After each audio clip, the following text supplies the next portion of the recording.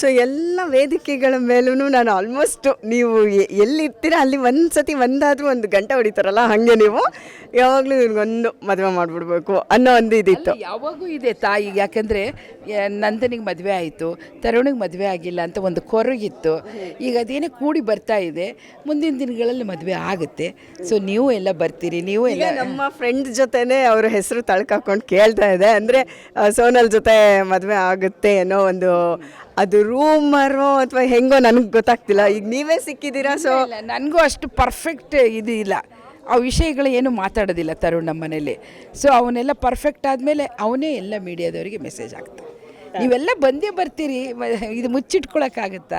But ಅಂದರೆ ಈಗಲೇ ಯಾವುದೇ ಕ್ಲಾರಿಟಿ ನೀವು ಕೊಡಲ್ಲ. ನೋಡಮ್ಮ, ಮಲ್ಲಿಗೆ ಹೂವನ್ನು ಮುಚ್ಚಿಡ್ಬೋದು, ಅದ್ರ ವಾಸನೆ ಮುಚ್ಚಿಡೋಕ್ಕಾಗತ್ತಾ?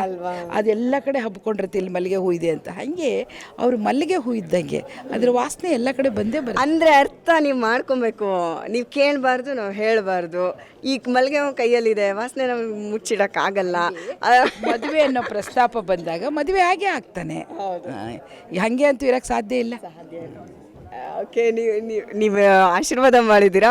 ಆ್ಯಂಡ್ ಇದು ಇಂಡೈರೆಕ್ಟ್ ಆನ್ಸರು, ನೀವೆಲ್ಲ ಅರ್ಥ ಮಾಡ್ಕೊಳ್ಳಿ ಆಯಿತಾ. ನಾನೇನು ಬಾಯ್ಬಿಟ್ಟು ಹೇಳಲ್ಲಪ್ಪ, ಇದು ಹೇಳೋದು ವಿಷಯನೇ ಅಲ್ಲ ಇವಾಗ.